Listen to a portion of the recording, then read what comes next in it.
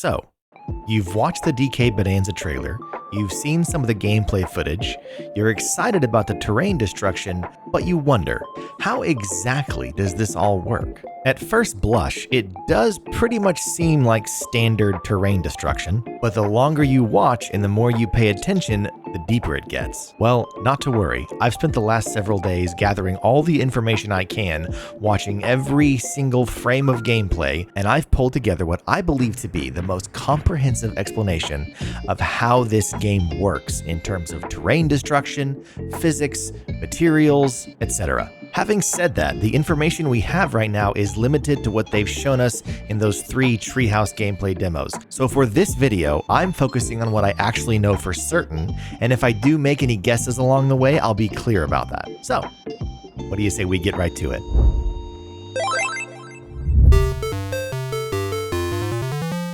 Initially, I hadn't planned on talking about physics in this game, but then I got a comment on my last video from Frozone Yeah, asking about physics and how they might work. Now, let me preface this by saying I am not a game developer. I do not understand how physics work in games on a deep level. I have done some basic research though, and I'll do my best to explain what I've found. So from what I can tell, this game has 4 attributes that tell me this is very much a physics-based engine. First up is destructible environments. Now I know you may be thinking, hold on, you can have destructible environments, that doesn't necessarily mean it's a physics-based engine. And you're right, a great example is a game like Minecraft. So Minecraft has destructible environments, but there's not a lot of physics going on in this game. However, DK Bananza does not have this 3D grid-based voxel system where you're punching out exact cubes of terrain. The way DK punches through everything is very dynamic and seems to react to how he punches and where he punches. Every piece broken off is very different in size and shape. You can see this demonstrated very clearly throughout the gameplay that they show. Right here you see him with kind of a small piece, here he has a larger and oddly shaped piece, and here you can see a really elongated piece. So it's not just destructible environments, but they're very dynamic and seem to respond to physics. Second, you have gravity. Once again, there are lots of games that have gravity that aren't really physics-based, like No Man's Sky, for example. No Man's Sky has some basic gravity rules, but the gravity on display here is very dynamic, and that actually leads us into the third thing, which is structural collapse. So all this means is, if DK destroys some terrain, whatever terrain or material that gets knocked loose above that will dynamically fall down now that it's lost its structural support. You can see tons of examples of this all throughout the game, but this is really important for the kind of game this is. You have DK punching around underground, and it would be really weird if whatever was above him just stayed floating in the air. And again, this looks very dynamic. It looks like the pieces that are broken off are oddly shaped and unique every time and really do respond to a physics-based system. So the final thing is momentum and inertia. DK can pack a lot of power in his punches, and it seems like the world really reacts to that in a very dynamic way. So my favorite example of this on display is this moment right here when DK punches through this rock. When this last little chunk gets knocked loose, he happens to be punching right at the perfect moment, and it sends it flying at high speed. And this tells us this game is taking momentum and inertia into account. When you marry these 4 things together, you have yourself a pretty great physics engine. So all this just translates, in my opinion, into really fun gameplay. And if this core part of the game wasn't really polished and fun, it would mean the rest of the game would not be fun by proxy. So I'm glad to see they've built something pretty solid here. And now for the main event, material types. I have been able to identify 18 different types of materials throughout all this gameplay, and those 18 materials fall into 4 categories. So let's just read the list real quick. We've got mud, dirt, sand, grass, mushroom, wood, crystal, vanadium, metal, thorns, stone, stone again, boom rock, concrete, metal again, stone again, iron, and voided terrain. You'll notice there are 4 different colors I'm using here, and those 4 colors represent the 4 categories I just mentioned. So green is soft, light blue is sturdy, blue is extra sturdy, and red is unbreakable. So where am I getting all these categories and types from? Well, throughout the demos, I'm sure you've seen that when DK wants to throw something he's holding, he can aim with this reticle. and whatever the reticle's pointing at tells you both the category of terrain or material and the type. Now, technically, the only 3 actually written out are soft, sturdy, and extra sturdy. I'm calling the 4th type unbreakable because it just doesn't say anything, and unbreakable is the best word I could come up with. I think there's a possibility that there's actually a 5th material category, and the reason I think that is because if you look at the map screen, every area has a terrain star rating, and there's 5 stars.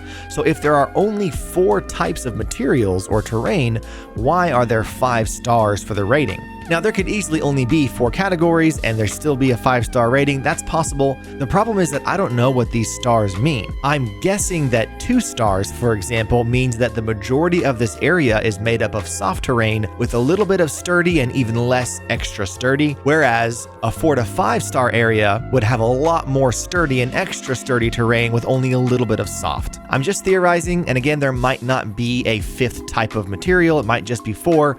Doesn't matter. For now, I know about 4. Now, you might think it's a bit odd that there were repeats of the same type of material in different categories. Let me explain that. Let's start with metal.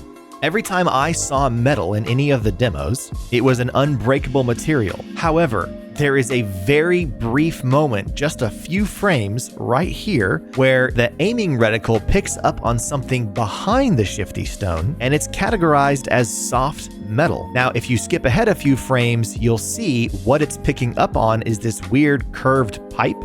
I actually think it kind of looks like a monkey's tail for what it's worth. So it seems that this area has these little scraps of metal kind of poking up out of the ground everywhere, and I think they can be easily destroyed or knocked around. So that's all soft metal is. As for the stone, technically, if we're going directly by the information from DK's aiming reticle, there is soft stone and sturdy stone. While it does technically say soft stone, I think there's a real chance this is just the reticle picking up the category of this terrain and the type of the other. But if we're taking it at face value, soft stone is a thing. Does that affect gameplay really? I don't know. I'm just trying to be thorough and identify every single material type that I found. The other one is a bit more guesswork on my part. In this opening area, Donkey Kong is surrounded by an unbreakable wall that he cannot climb, and it's indestructible. It doesn't match the look of any other unbreakable material, so I'm calling it unbreakable stone. It might be unbreakable something else, but it definitely does exist. We just don't know the precise name for it. So that covers some of the weird exceptions in the material types and categories. But really, that's all there is to it in terms of the actual categories and types of material in the game. Now, why does it matter that there are 4 different categories of material and all these different types? How does that impact the actual gameplay? Before we go over how much strength each material has, we need to briefly talk about how DK does damage. So obviously, the main way is punching. He can punch forward, up, and down. There's no indicator that either of these are stronger than the other. I think they all do the same amount of damage, but punching is his primary way of breaking stuff. However, he can also grab and pull. And from everything I can tell, pulling on material does the same damage as punching. So for example, if he punches a sturdy material, it's going to take 6 punches to break it. If he grabs and pulls it, he also has to pull 6 times to rip it out. So when he's using his bare hands, he's doing the same amount of damage no matter what. So here's the breakdown. Soft material takes 1 punch or pull to break. Sturdy material takes 6 punches. Extra sturdy material is impervious to DK's fists, but can be broken if he's swinging sturdy material at it. And it takes 6 of those hits to break. So we'll call those sturdy punches. That just means he's holding sturdy material and he's hitting something with it. And finally, unbreakable material. It's unbreakable.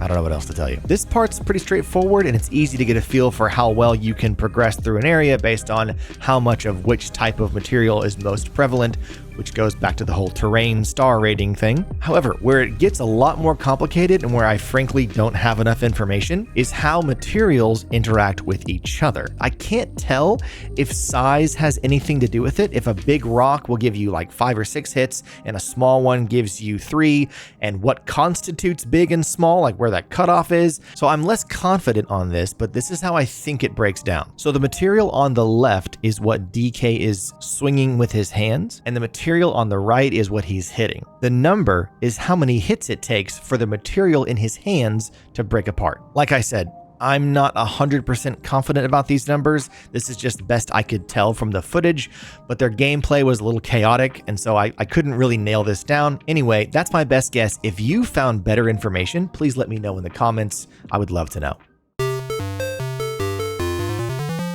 Okay, to round it all out here, this is the part that actually has me most excited because I think this is one of the big things Nintendo is hiding from us. A few materials have secondary properties, and these are the 3 categories I've seen. Materials can either be explosive, hazardous, or slippery. And we've seen 4 examples of materials that have one of these properties. So let's talk about explosive first. We've seen explosive banandium, which is a soft material, and we've seen explosive boom rock, which is a sturdy material. The explosive banandium makes small explosions. The explosive boom rock makes much larger explosions. Is the size of the explosion related to the sturdiness of the material? No clue, that's just how these work. Secondly, with the hazardous type, the only hazardous material we've seen is thorns. Now, thorns are a soft material, and the hazard is that if you touch them, they do damage to you. Will there be hazardous sturdy material like lava rock or something where you grab it and it burns you? Don't know, but thorns is all we've seen so far. And if you hit thorns with other materials, they break just as easily as typical soft material. The last type is slippery, and the only one we've seen confirmed is slippery iron. It's this wall here that DK has to climb around to get to the top of this platform. Now, in the first demo they did, they actually showed DK trying to climb this slippery wall, and this is the only time we see him attempt this. However, this wall isn't identified with the aiming reticle, and this is why I named it Slippery Stone earlier in the video. So here's my big question.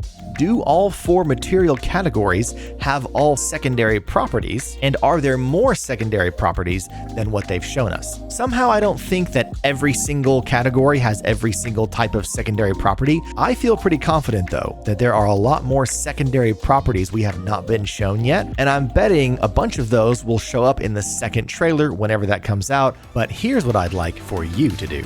If you have any ideas of what these other secondary properties might be and how they might apply to the existing categories, put a comment below. What would slippery soft material look like? Or hazardous unbreakable material? Or what's a brand new property that Nintendo has not shown us yet that you think might show up here? I'd love to know, I'm just curious, and honestly, if I get enough comments from you guys, I might just make a video with my favorite ideas of yours. So put a comment below, let me know what your ideas are, I can't wait to read them. Thank you for sticking with me through this extremely nerdy deep dive through all the DK Bananza materials and how they work. If you have any other questions about DK Bananza that you're curious about or that you'd like me to do a video on, also put a comment down below and I'll see what I can do. The love and support that you guys have been giving me since my last video has been overwhelming in the best way. I have spent the last several days grinning from ear to ear, just so excited to see your feedback, your positivity, your encouragement. Thank you all very, very much. I deeply appreciate it, and my goal is to do right by you and bring you lots more great videos about DK and many other Nintendo games. I hope you have a great day. I'll see you in the next one.